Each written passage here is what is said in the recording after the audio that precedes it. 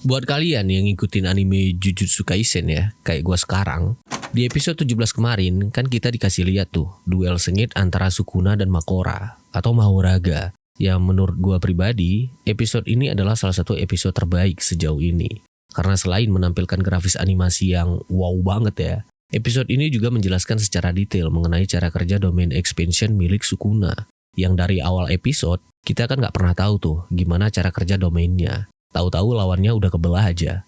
Dan pas dijelasin, gila, nih domain asli nggak ngotak sih.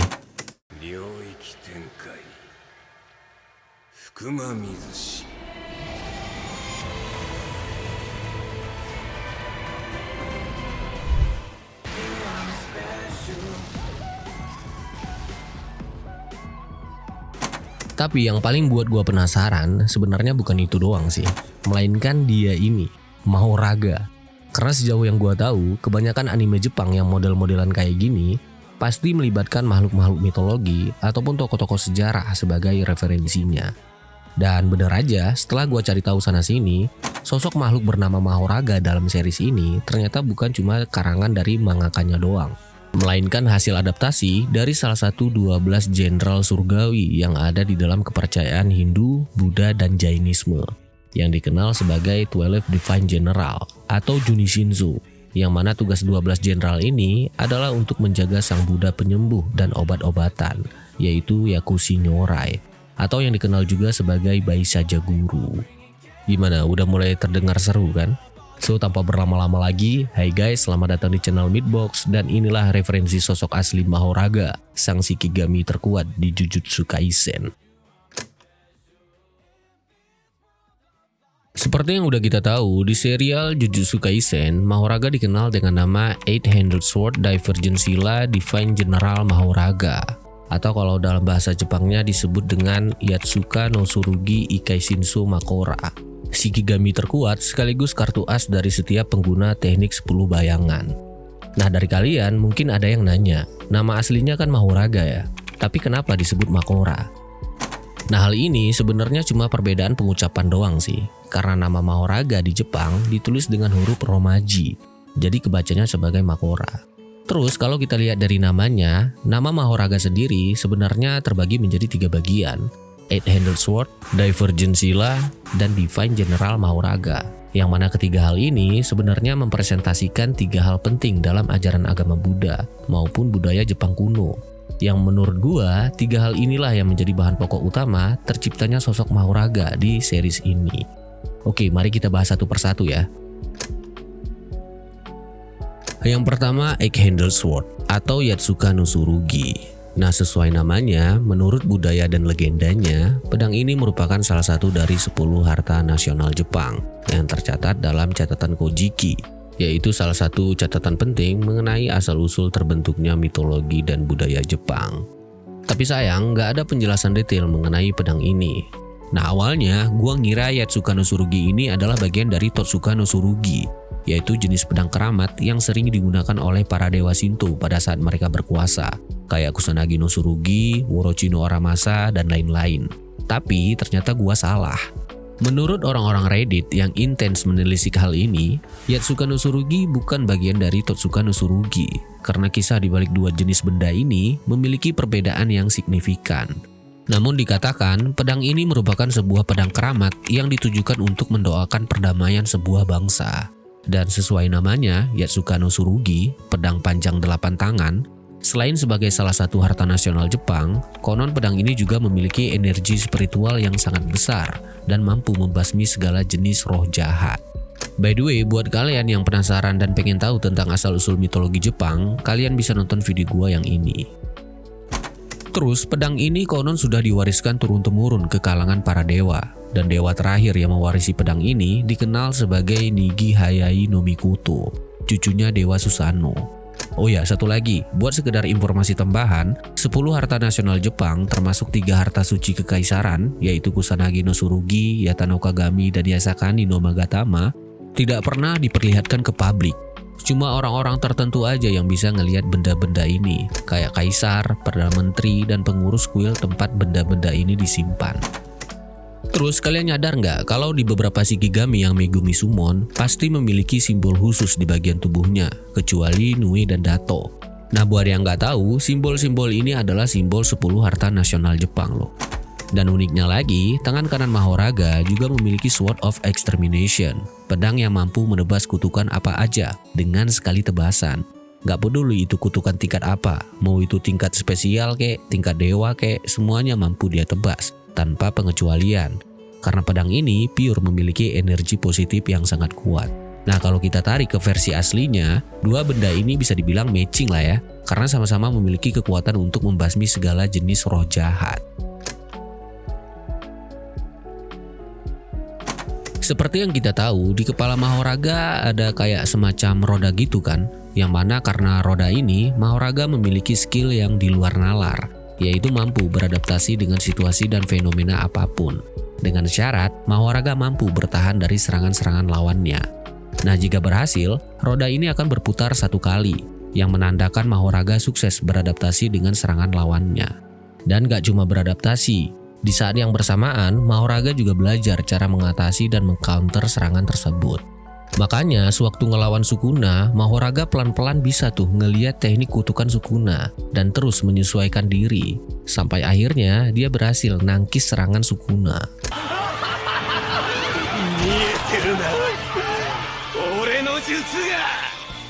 Nah usut punya usut, roda di kepala Mahoraga ternyata terinspirasi dari sebuah simbol roda kuno yang dinamakan Dharma Cakra, yang juga disebut roda hukum dan ketertiban semesta. Simbol ini konon menjadi salah satu simbol tertua dan paling fundamental dari 3 agama, yaitu Buddha, Hindu, dan Jainisme. Dan selain menjadi simbol hukum dan ketertiban, 8 jari di setiap roda ini juga memiliki maknanya masing-masing, yang dikenal sebagai Eightfold Path, 8 unsur tujuan hidup. Yang pertama, pandangan yang benar, pengertian yang benar, perkataan yang benar, tindakan yang benar, penghidupan yang benar, usaha yang benar, konsentrasi yang benar, dan kesadaran yang benar. Pokoknya benar aja. Dan seperti yang kayak Sukuna bilang waktu duel sama Mahoraga, roda tersebut sepertinya juga memiliki keterkaitan dengan 10 harta suci, karena sama-sama mempresentasikan 2 hal, yaitu keharmonisan dan penyelesaian. Nah kalau dipikir-pikir, perkataan Sukuna ini masuk akal sih, karena roda di kepala Mahoraga akan selalu berputar setiap kali Mahoraga terkena serangan fatal, yang tujuannya untuk menyempurnakan, mengharmoniskan, bahkan membuat Mahoraga beradaptasi dengan serangan tersebut. Yang mana hal ini mirip dengan konsep 10 harta suci, yang pada dasarnya diciptakan para dewa untuk saling melengkapi agar keharmonisan di dunia tetap terjaga. Oke, selanjutnya nama tengahnya ya, Divergent Sila. Seperti yang udah gue bilang tadi, 8 unsur tujuan hidup dan Dharma Cakra merupakan salah satu aspek paling fundamental dalam ajaran Buddha. Tapi sebaliknya, cara kerja roda di kepala Mahoraga justru sangat bertolak belakang dengan cara kerja roda Dharma Cakra. Kenapa bisa gitu? Biar lebih jelas, mari kita bahas dari bagian kata silanya dulu ya. Apa itu sila? Dalam agama Buddha, sila adalah sebuah konsep yang memfokuskan diri pada moralitas, khususnya pada 3 aspek penting yang ada di dalam unsur tujuan hidup, yaitu perkataan yang benar, tindakan yang benar, dan penghidupan yang benar. Sedangkan divergent bisa diartikan sebagai perbedaan atau melangkah berlawanan dengan arah yang dituju. Jadi, kalau 2 kata ini digabung, kata divergent sila bisa diartikan sebagai orang yang melangkah berlawanan dengan ajaran sila. Nah gimana? Sampai sini udah mulai paham kan ya? Terus dalam ajaran agama Buddha, sila juga memiliki 10 ketentuan yang harus ditaati. Salah satunya dan yang paling utama adalah larangan keras untuk mengambil kehidupan yang lain, alias tidak boleh membunuh. Nah kalau kita lihat sosok Mahoraga, dia ini kan brutal banget ya. Jangankan lawannya, orang yang manggil dia juga ikut dibantai. Apalagi orang biasa, udah pasti itu jadi bubur. Nah alasan inilah yang ngebuat Mahoraga versi Jujutsu Kaisen disebut dengan Divergent Sila. Dan hal ini sebenarnya ironis karena sosok sebenarnya dari Mahoraga adalah seorang jenderal yang menjaga Buddha Dharma. Tapi yang namanya anime ya, udah pastilah ada perbedaan. Jadi menurut gua, Mahoraga versi Buddha dan versi Jujutsu Kaisen ya jelas 2 sosok yang berbeda. Tapi teori gua ya, ingat ini teori gua doang loh ya, jangan diseriusin. Gigi Akutami sengaja menggambarkan sosok Mahoraga kejam kayak gini untuk mempresentasikan alter egonya Mahoraga asli. Itu sih yang gua tangkep dari beberapa referensi yang gua dapet. Oke, sekarang kita masuk ke part yang paling kalian tunggu ya, yaitu bagian akhir nama Mahoraga, Divine General Mahoraga, sekaligus part yang akan menjelaskan sosok asli dari makhluk ini. Nah, sesuai namanya, Jenderal Surgawi Mahoraga, di versi aslinya dia ini memang beneran salah satu dari 12 Jenderal Surgawi atau Junishinsu, yang tugas 12 jenderal ini adalah untuk menjaga bayi saja guru atau Yakushi Nyorai, sang Buddha penyembuh dan obat-obatan. Uniknya, 12 jenderal ini diceritakan tidak pernah istirahat, apalagi tidur, dan selalu siap siaga di dekat Yakushi Nyorai. Terus mereka juga jarang banget digambarkan secara personal, karena selalu diceritakan secara berkelompok. Tapi menurut penggambarannya, Mahoraga ini digambarkan sebagai makhluk yang tidak memiliki bentuk yang jelas, yang artinya penggambaran Mahoraga tergantung pada pandangan budaya maupun agama yang menganutnya. Tapi yang paling sering, dia digambarkan sebagai makhluk humanoid yang memiliki tubuh setengah ular. Nah, kalian inget nggak waktu Sukuna mau ngelepas domain expansionnya? Dia kan bilang tuh kalau Mahoraga mirip dengan Yamata no Orochi. Nah, siapa itu Yamata no Orochi? Yamata no Orochi ni chikai mono da. Di dalam konsep mitologi Jepang kuno, Yamata no Orochi adalah salah satu dari 9 biju atau 9 makhluk dewa berbentuk ular raksasa yang memiliki 8 kepala dan 8 ekor. Sekaligus biju terkuat kedua setelah Kyuubi, si rubah ekor 9. Terus dia ini juga dikenal sebagai makhluk paling jahat dari ke-9 biju karena memiliki dan lahir dari elemen kegelapan yang sangat pekat dan terhitung sebagai biju yang paling banyak membawa bencana. Tapi untungnya makhluk ini diceritakan berhasil dikalahkan oleh Susanoo dengan cara memenggal 8 kepalanya dengan pedang Kusanagi.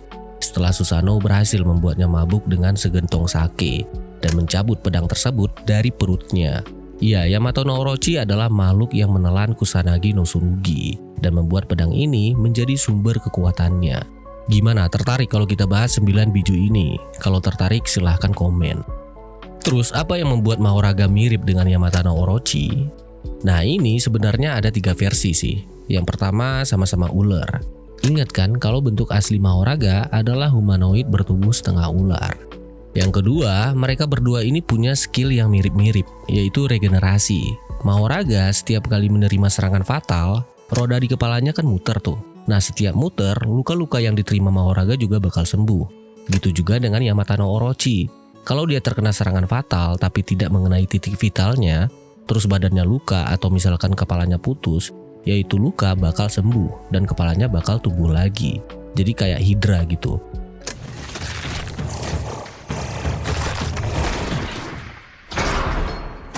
Yang ketiga, sama-sama memiliki kekuatan pedang keramat. Seperti yang udah gue mention tadi, Yamata no Orochi menjadi salah satu biju terkuat karena dia menelan pedang Kusanagi dan menjadikan pedang itu sebagai sumber kekuatannya. Begitu juga dengan Mahoraga yang memiliki Sword of Extermination dan Roda Dharma di kepalanya. Yang kalian tahu sendirilah kekuatan dua benda ini kayak gimana. Jadi menurut gua, anime-anime shonen kayak gini, apalagi yang bawa-bawa unsur mitologi, budaya kuno, ataupun tokoh-tokoh sejarah sebagai main dish-nya, Jujutsu Kaisen termasuk yang paling jenius sih dalam mengimplementasikan unsur-unsur tersebut. Dan menurut gua, cara mereka mengimplementasikannya inilah yang paling keren. Karena bener-bener gak ketebak. Beda sama anime-anime lain kayak Record of Ragnarok, Fate Series, terus apa lagi ya, Drifter, ya pokoknya yang sejenis itulah ya. Yang secara terang-terangan mengimplementasikan tokoh-tokoh sejarah maupun mitologi terkenal sebagai main dish-nya. Sedangkan Jujutsu Kaisen, dia ini lebih mengadaptasikan unsur-unsur mitologi yang jarang dinotis sama orang-orang. Ditambah unsur-unsur mitos sama legendanya juga bersifat misterius yang ngebuat para penontonnya kayak kita-kita jadi lebih penasaran sama karakter-karakter yang ada di serial ini. So, itulah dia tadi sedikit informasi mengenai referensi sosok asli Mahoraga dalam anime Jujutsu Kaisen. Gimana menurut kalian? Silahkan berkomen ria dengan sehat di kolom komentar. Dan untuk kalian yang mau request, bisa dengan cara mereplay komenan yang sudah gua pin, agar diskusi yang lain tidak terganggu. So, sekian dulu video kali ini, semoga menghibur dan menambah wawasan kita semua. Kalau ada kata-kata yang kurang berkenan gua mohon maaf, dan kalau ada yang salah dari cerita ini mohon dikoreksi. Terima kasih sudah menonton, hope you enjoy and see you guys in the next video. Peace out.